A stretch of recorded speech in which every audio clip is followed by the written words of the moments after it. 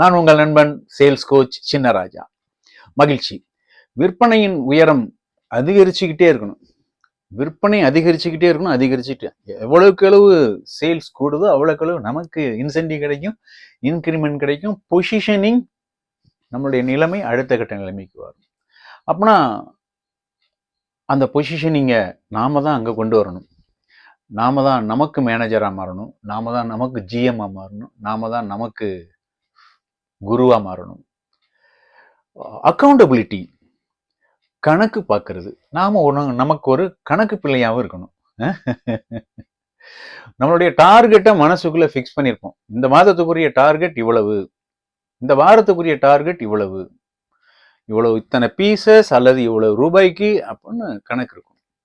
அதை நீங்கள் மைண்டுக்குள்ள ஃபிக்ஸ் பண்ணிக்கோங்க. ஒரு பேப்பர் ஒன்று எடுத்துக்கோங்க. சும்மா ஒரு துண்டு பேப்பர், சின்ன பேப்பர், உங்கள் பாக்கெட்டில் வைக்கிற அளவு இல்லை உங்களுடைய ஹேண்ட்பேக்கில் வைக்கிற அளவுக்கு ஒரு பேப்பர் ஒன்று எடுத்துக்கோங்க. அந்த பேப்பரில் ஒரு கட்டங்கள் மட்டும் போடுங்க. அந்த கட்டம், அந்த பேப்பர் சின்னதா, நான் சிறு வயதில் சேல்ஸில் இருக்கும் பொழுது நான் செஞ்ச விஷயங்கள் தான் உங்களுக்கு நான் அனுபவமாக சொல்கிறேன். புதுசாலாம் எதுவும் நம்ம சொல்ல போகிறது இல்லை. ஒரு சின்ன பேப்பர், அந்த சின்ன பேப்பரில் இன்றைக்கு நான் எத்தனை பேரை சந்தித்தேன் இந்த இடத்துல எழுதிக்கோங்க. டேட் எழுதிக்கோங்க.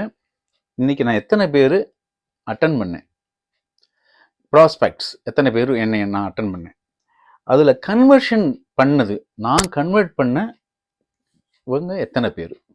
நான் ஒரு 15 பேர் அட்டன் பண்ணேன், ஒரு 9 பேருக்கு நான் அட்டன் பண்ணி இது கன்வெர்ட் பண்ணிட்டேன். எவ்வளவு வேல்யூக்கு நான் பண்ணியிருக்கிறேன், வேல்யூ எழுதுங்க.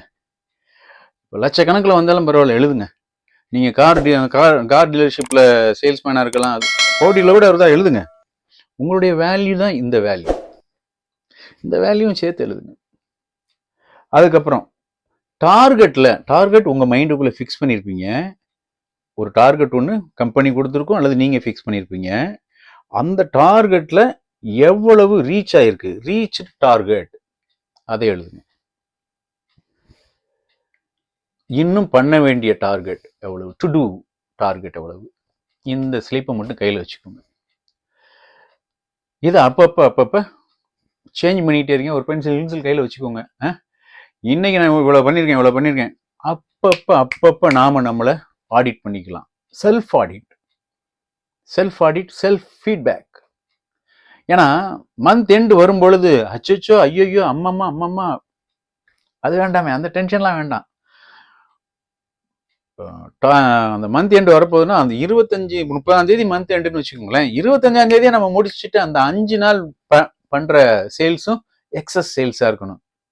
அப்பதான் நம்மளை வாவ் சேல்ஸ்மேனா நம்மளை பார்ப்பாங்க, ஒரு ஹாப்பி சேல்ஸ்மேனா நம்மளை பார்ப்பாங்க உலகம். நம்மளை ரோல் மாடல் பண்ணும் இந்த உலகம், நம்மளை பார்த்து கத்துக்கிடும் உலகம். அந்த மாதிரியாக இந்த ப்ராக்டிஸை நீங்க செய்யுங்க. இது உங்களுடைய ப்ராடக்ட் பொறுத்து, உங்களுடைய கம்பெனியோட சிஸ்டம் ப்ராசஸ் பொறுத்து இந்த மாதிரி சின்ன ஸ்லிப்பாக கூட எழுதிக்கலாம். மொபைல் ஃபோனில் எழுத வேண்டாம், மொபைல் ஃபோனில் டைப் பண்ண வேண்டாம். எழுதுனாதான் அது நம்ம மனசுக்குள்ளே பதியும், நம்ம சப்கான்ஷியஸ்குள்ளே பதியும், அந்த உணர்வாக கிளம்பும். டைப் பண்ணணும் அப்படின்னா அது அவ்வளவு எஃபெக்டாக இருக்காது. நம்ம உபயோகப்படுத்தி பார்த்தோம், பல லீடர்ஸுக்கு, பல சேல்ஸ் பீப்புளுக்கு நம்ம உபயோகப்படுத்தி பார்த்தோம். எழுதும்போது, எழுதி பார்க்கும் பொழுது, ரெஸ்ட் டயத்தில் இவ்வளோ பண்ணியிருக்கேன், என்னுடைய கணக்கு என்ன இருக்கு, 10 நிமிஷம் பிரேக் எடுக்கும்ல, காலைல லஞ்ச் பிரேக்கில் பிரேக் இருக்கும் இல்லையா, ஈவினிங் டயத்தில் பிரேக் இருக்கும் இல்லையா, அந்த மாதிரி அப்பப்போ நம்மளே டெய்லி அப்படியே ஷேப் அப் பண்ணிட்டு வந்தோம்னா வா அப்படி வந்துடும். இதை நிச்சயமா நீங்க ப்ராக்டிஸ் பண்ணுங்க. ப்ராக்டிஸ். ஏதோ இந்த வீடியோவை பார்த்தோம், கேட்டோம், போனோம்னு இல்லாம உங்களுடைய வெற்றி செய்திகளை கேட்பதற்காக இந்த கமெண்ட் பாக்ஸுக்குள்ள சம்மணம் போட்டு நான் உட்கார்ந்துருப்பேன். சரியா? Happy sales.